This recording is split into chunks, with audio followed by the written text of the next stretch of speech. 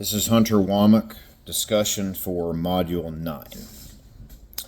Childbearing is another fundamental aspect of the family of the United States. Exactly who has children and how they were birthed are extremely important details. Discuss the terms fertility and total fertility rate, as well as the effects of education, race, and ethnicity on childbearing. In response to fertility, I think that it has to do with the number of children born in respect to a certain demographic or section of society. I think that the fertility rate has more to do with the specific number of children that an individual has during her lifespan. I think that ethnicity and education have a bearing on both fertility and the fertility rate, as represented by the statistics for the total fertility rates of specific groups of race or ethnicity. Cohen states how family life is organized and how that is changing. Due to several factors regarding childbearing.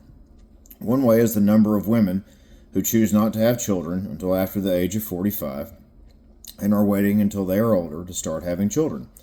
He states that another factor to the changing landscape is that children in families today are involved with more than two parents due to blended families becoming more common. I can relate this to my life by speaking on my own decisions to have children in my marriage. I have 4 biological children and 1 stepdaughter from her previous marriage. I will potentially have 2 more stepchildren if marriage is the option I choose with my current partner. We have discussed having a child together, but that is not something that we are going to do anytime soon. Discuss the rate of adoption in the United States. What are the trends and barriers? I think that adoption is a viable option for some couples who are infertile and want to have and raise children. I think that it is important in these situations that if the child chooses to do so, that they be able to get in contact with their birth parents. I think that adoption could impact family identification, but if a couple successfully adopts a child and then become a self-identified family, then that identification is what's most important to both the couple and the child.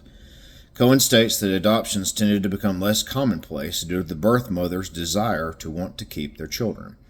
This is also in line with the arrival of birth control and the availability of legal abortions.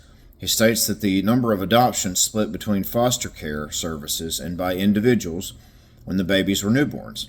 International adoption makes up the last category that Cohen discusses. I can relate this to my life by recalling a couple that lived a few doors down from my family when I was growing up. They adopted a baby as an infant internationally from South Korea.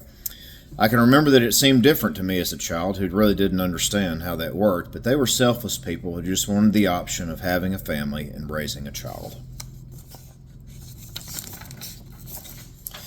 The reasons people give for having children can vary widely and are often vague. The reasons not to have children are usually more specific. What are some of these factors that go into being childless? I think that the decision to have children is one that sometimes feels forced on couples by their families.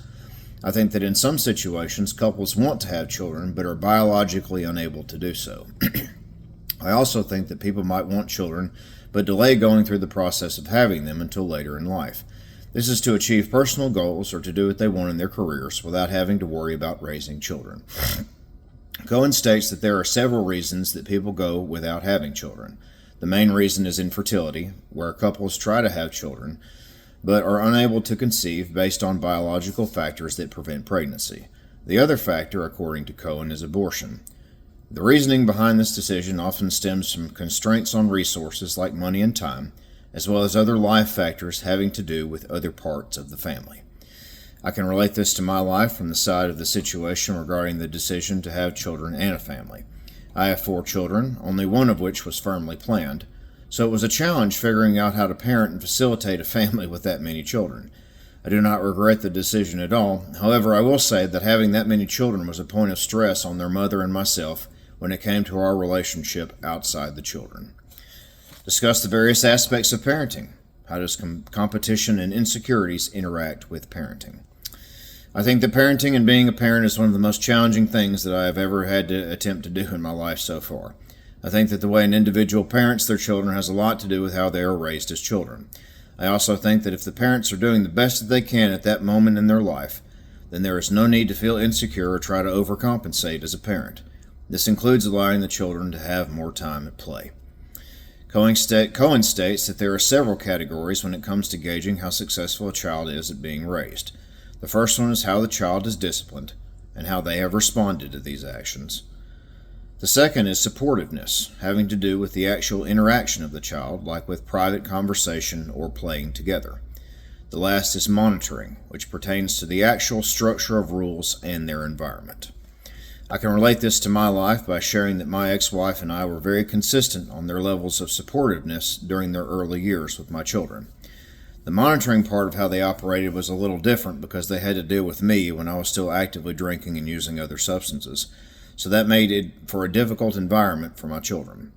I reserved all the discipline for my ex-wife because I did not want the patterns that I experienced as a child from my father to manifest themselves with my children during the disciplinary process. Thank you.